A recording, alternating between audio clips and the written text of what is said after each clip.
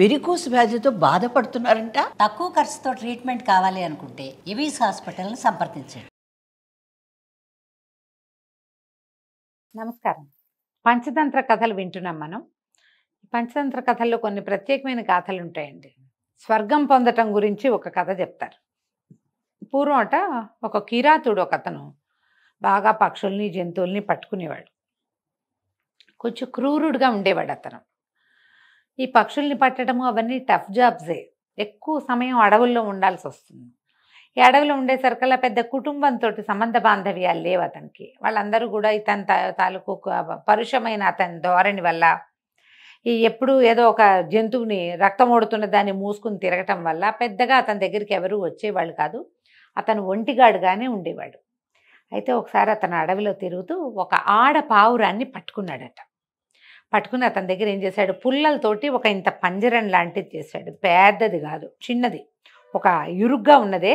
ఈ ఆడపావురాన్ని పట్టుకుని పంజరంలోకి నెట్టి తలిపేసేసాడు. అది పట్టుకుని తిరుగుతుంటే కొద్దిగా చీకటి పడేసరికి ఇక వాన మొదలైంది. విపరీతమైన వర్షం అట. ఎంత వానో! ఇతను ఇక వానకి నడవలేకపోయాడు. ఒక చెట్టు కిందకి చేరాడు. చెట్టు కిందకి చేరి తన సామాన్లన్నీ పక్కన పెట్టుకున్నాడు. ఈ పంజరాను పక్కన పెట్టి ఆ చెట్టు కింద కూర్చుని వణికిపోతూ ఏమనుకుంటున్నాడట, నేనేంటి, నాకు తిండి లేదు 2 రోజులుగా, కొద్దిగా మబ్బుగా ఉంది, నేనేం తినలేదు, ఇవాళ ఏదో ఈ పావురం దొరికింది, ఇంకెంతో దొరికింది, తిందామనుకుంటే ఈ ఆహారం తినేందుకు అవకాశం లేదు. ఇంత పిచ్చి వాన, అతిగాలి, చెట్ల మధ్యలో చలేస్తోంది, వణుకు పుట్టిపోతోంది. ఈ చెట్టు కింద కూర్చున్నాను. ఈ చెట్టు మీద దేవతలు ఎవరైనా ఉంటే నేను నన్ను వాళ్ళ అతిథిగా భావిస్తే బాగుండు అనిపిస్తోందట అతనికి. వీళ్ళ అతిథిగా ఉన్నానని ఎవరైనా నాకు ఏదైనా పెడితే బాగుండు, ఈ చలి తట్టుకునేందుకు ఏదైనా మార్గం కనపడితే బాగుండు అని తనలో తనే అనుకుంటున్నాడట.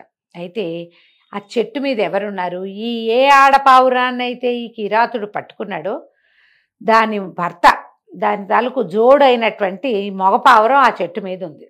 అది పరమ దుఃఖంతో, అయ్యో నా భార్య నాకు ఎంతో అనుకూలంగా ఉండేది, అది ఎంత బాగుండేదో, ఎంత ప్రేమగా ఉండేది, తెచ్చిన ఆహారంలో సగభాగాన్ని నాకు పెట్టేది, ఎక్కడ ఆహారం ఉందో అక్కడ తెలివిగా వెతికేది, చాలా సమర్థురాలుగా గూడు అవి చక్కగా కట్టేది, పిల్లలకి ఎంత బాగా ఎగరటం నేర్పించేదో, ఎంతో బాగుండేది దాంతో నా జీవితం, అది ఎక్కడికి వెళ్ళిపోయిందో, తను ఎవరు తీసుకుపోయారో నా భార్యని, నేను ఇలా అయిపోయానని దుఃఖిస్తుంటే కిందున్న ఈ కపోతం, పక్కనే ఉంది కదా ఆడపావురం, అతన్ని కేకలేసింది, కేక పెట్టిందట, నేను ఇక్కడే ఉన్నాను, నువ్వు ఉన్న చెట్టు కిందే ఉన్నాను, కిందకి చూడు అనగానే ఆ మగపావురాన్ని కోపం వచ్చింది. ఎవరెవరా దుర్మార్గుడు వీడు, నేను పట్టేశాడే, నేను కంజరంలో పెట్టాడు, నువ్వు నేను ఎలా కలిసి ఉంటాం ఇంకా అని తిట్టిందట.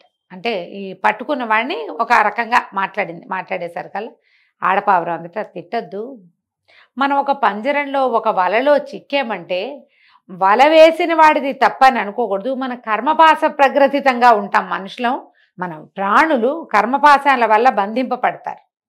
నేను ఇలా ఎవడికో చికి ఆహారం అవ్వాలన్న కర్మ మోసుకొచ్చాను, అందుకే జరిగింది, దానికి ఇతను కారణమయ్యాడు అంతే తప్పిస్తే అతన్ని అనకు. ఇతను మనం ఉండే నివాస స్థానం కింద ఉన్నాడు, మనని ఆశ్రయించుకుని ఉన్నాడు, ఇతనికి ఆసరా ఇవ్వు నువ్వు. ఇతను అడుగుతున్నాడు, నాకు ఏదైనా ఎవరైనా కాస్త వేడి చలి నుంచి తప్పించుకునే మార్గం చూపిస్తే బాగుండు, ఆహారం దొరికితే బాగుండని అలమటిస్తున్నాడు. అతిథి ఇతను మన ఇంటికి, ఎందుకంటే మనం ఏ చెట్టు మీద నివాసం ఉన్నామో ఇతను ఆ చెట్టు కింద కూర్చున్నాడు. కాబట్టి నా గురించి నువ్వు వగవద్దు, ఈ వగపు మానేసేయి, ఈ దుఃఖం మాను, మన ఇంటికి వచ్చిన అతిథిని చూసుకో. మన దుఃఖాల్లో మనం పడుంటే మన ఇంటికి వచ్చిన వాడు అలో లక్షణాన్ని అఘోరిస్తే మనకేం పుణ్యం లభించదు, దానివల్ల పాపం వస్తుంది పైపెచ్చు. అతిథిని ఆశ్రయం వచ్చిన వాడికి, మనని ఆశ్రయించి వచ్చిన వాడికి అన్నము నీళ్లు చూడకపోతే పాపాలు వస్తాయి. కాబట్టి నువ్వు ఇతనితో మాట్లాడి ఇతనికి ఏం కావాలో చూడమని చెప్పేసరికి పైనుంచి మగపావురం దిగి బోయవాడి దగ్గరికి, కిరాతుడి దగ్గరికి వచ్చింటారు. ఓ స్వామి, నువ్వేదో బాధపడుతున్నావు, నీకేం చేయమన్నావు, నీకేం కావాలి అని అడిగేసరికల్లా ఇతను కిరాతుడు చెప్పేట, ఓ పక్షి, నేను చాలా చలితో బాధపడుతున్నాను, వణుకు పుట్టేస్తోంది లోపల నుంచి, పై వణుకు కాదు, లోపల నరాలలోంచి వణుకు వస్తుంది, వెచ్చగా ఏదైనా ఉంటే బాగుండు అనిపిస్తుంది అంటే సరేనని ఈ పక్షి ఏం చేసిందట, ఈ చెట్టు నీడన, చెట్టు ఇట్లా గుబురుగా ఉంది కదా, బోలెడన్ని ఎండు పుల్లలు తెచ్చింట, తన పాత గూడుని పీకి తీసుకొచ్చి అక్కడ పడేసింది. ఎక్కడి నుంచో ఒక నిప్పు కొరకంచుని తీసుకొచ్చి అందులో వేసింది. వేసేసరికల్లా ఇక్కడ చలి కాచుకోమంది. ఈ మంట పెద్దదైంది. బోళ్ళని ఎండు పుల్లలు అవి ఇవి తగిలేసరికి బాగా మంట వచ్చేసరికి ఈ కిరాతుడు తను తడిసిపోయిన బట్టలు ఆరిపోయినాయి, చలి కాచుకుంటున్నాడు. హాయిగా ఉన్నాడు. బాగుంది, నాకు చాలా సుఖంగా ఉంది. ఓ పావురమా, నీ వల్ల నేను చాలా సంతోషంగా ఉన్నాను. కాకపోతే ఒంటికి వెచ్చదనం వచ్చేసరికి కడుపులో ఆకలి పెరిగిపోయింది, నాకు ఎంతో ఆకలిగా ఉంది. సరే, పక్షి ఏం చేసింది? పావురై చుట్టూతా వెతికిందట, ఏమీ లేదు ఆహారంగా తేవటానికి. అప్పుడు ఏం చెప్పింది? ఓ కిరాతుడా, నువ్వు మా ఇంటిని ఆశ్రయించి వచ్చావు, నిన్ను సేవించమని నా భార్య కూడా నాకు ఎన్నో విధాలు చెప్పింది అనేసరికి కిరాతుడు ఆశ్చర్యపడి, నీ భార్య ఎక్కడుంది అన్నాడు. నీ పక్కనున్న పంజరంలో ఉన్నది నా భార్యే, ఆమె చెప్పటం వల్లే నేను నిన్ను సేవిస్తున్నానని మగ పావురం అని చెప్పింది. కిరాతుడు చాలా బాధపడ్డాడు. అయ్యో, దీన్ని పట్టేసుకున్నానే అని. సరే, మగ పావురం అంది, నీకు ఆహారం కోసం అంతా వెతికాను, నువ్వు తినగలిగే ఏ ఆహారాన్ని నేను తేలేను. నేను ఒక పని చేస్తా, నేను నీ నిప్పులోకి వెళ్ళిపోతాను, నేను కాలిపోయాక నా మాంసాన్ని నువ్వు భుజించు అని చెప్పి ఒక నమస్కారం చేసి తన భార్యకి వీడ్కోలు పలికి చటుక్కున సొంత ఇంట్లోకి వెళ్తున్నట్టుగా, అంటే గూడులోకి ప్రవేశిస్తున్నంత అతి సామాన్యంగా నిప్పుల్లోకి ప్రవేశించేసిందట. ఎప్పుడైతే ఈ మంట పెట్టింది కదా, తెచ్చి ఎండు పుల్లలు అవి ఇవి తెచ్చి ఒక కొరకంచు తెచ్చి పడేసింది, అందులోకి అది ప్రవేశించేసరికల్లా పావిడ ఆశ్చర్యపోయాడు కిరాతుడు. కళ్ళ వెంట నీళ్ళు వచ్చేసినాయి. పరమ దుఃఖంతో అయ్యో అయ్యో పక్షి కాలిపోతోంది అనుకున్నాడు. ఆ పక్షి కాలి ముద్దయిపోయింది. అందులో కిరాతుడికి పరమ దుఃఖం వచ్చింది.